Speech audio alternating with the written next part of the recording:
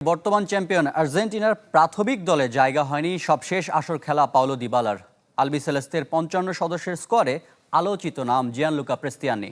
প্রাথমিক দল জানিয়েছে সাবেক চ্যাম্পিয়ন ব্রাজিলও জায়গা পেয়েছেন নেইমার, তবে ইনজুরি আক্রান্ত এস্তেভাওয়ের নাম নেই। প্রথম দেশ হিসেবে চূড়ান্ত দল জানিয়েছে বসনিয়া।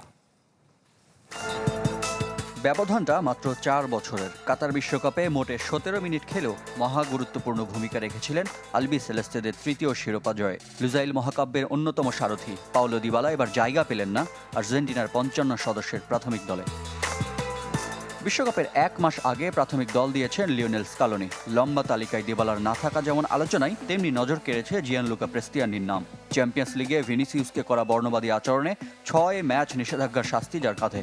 বিশ্বকাপের চূড়ান্ত দলে থাকলেও খেলতে পারবেন না আলবিসেলেস্তেদের প্রথম ২ ম্যাচ।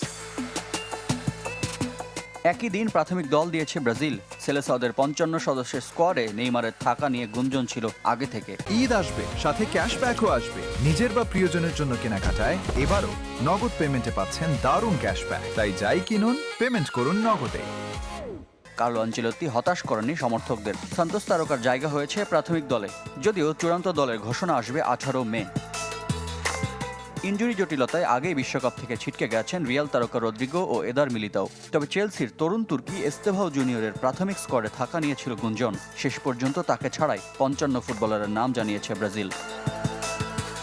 সবার শেষে বিশ্বকাপ টিকিট নিশ্চিত করা দেশের একটি বসনিয়া। তবে গ্রেটেস্ট শো অন আর্থে সবার আগে চূড়ান্ত দল জানিয়েছে তারা।